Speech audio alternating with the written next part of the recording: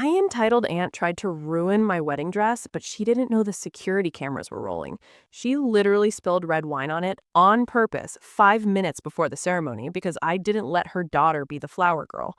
I was crying in the bathroom, thinking my big day was over, but I had no idea that justice was about to be served in the most public way possible.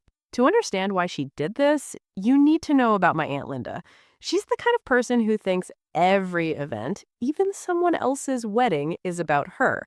When I got engaged, she didn't even say congratulations. Instead, she immediately demanded that her 8-year-old daughter, Chloe, be the flower girl. Now, here's the problem.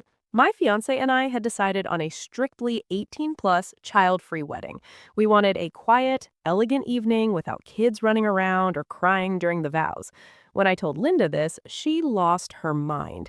She called me a selfish brat and told my entire extended family that I hated children.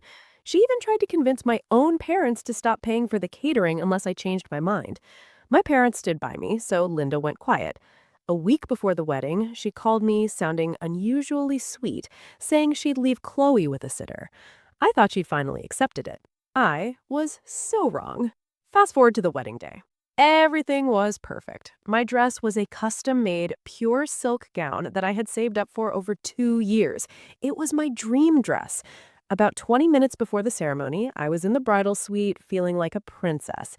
I realized I'd left my bouquet in the hallway with my bridesmaids, so I stepped out for literally 2 minutes to grab it. When I walked back into the room, I froze. Aunt Linda was standing right next to my dress, which was hanging on the mannequin. She had a full glass of dark red Cabernet in her hand. She looked me straight in the eyes with this creepy, calm smile and said, "Oh, honey, you've always been so clumsy. It's such a shame." Before I could even scream, she tilted the glass. I watched in slow motion as the red wine soaked into the white silk, staining the entire front of the gown. She didn't look sorry at all. She just whispered, "This is for Chloe," and walked out, leaving me standing there in shock. I collapsed on the floor. I was sobbing so hard I couldn't even speak. My bridesmaids rushed in, and when they saw the dress, the room went silent.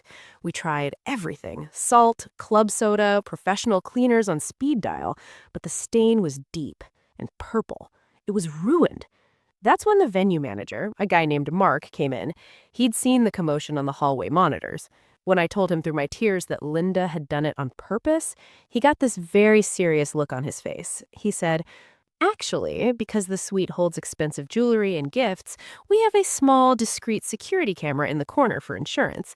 He took me to his office and showed me the footage. It was undeniable. You could see Linda entering the room, looking around to make sure I was gone, and then deliberately pouring the wine while laughing to herself.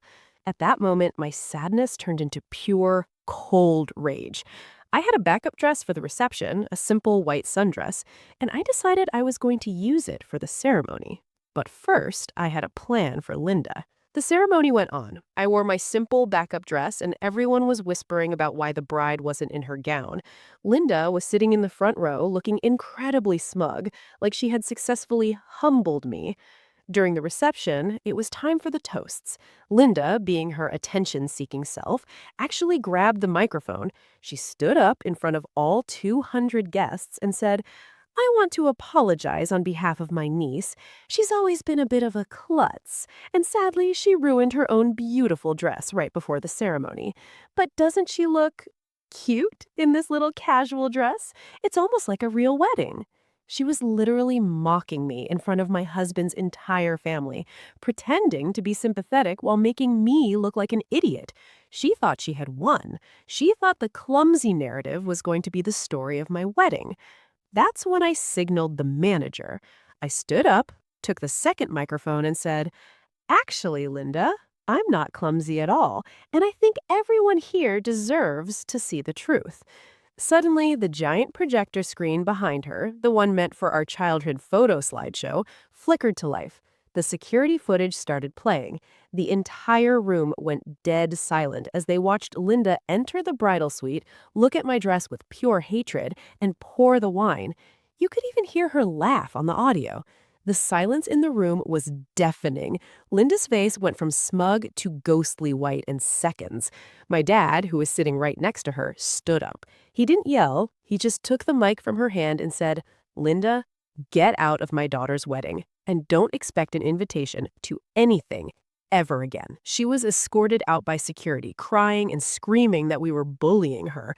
But the justice didn't end there. Because she had signed the guest waiver for the venue's hotel rooms, they had her credit card on file.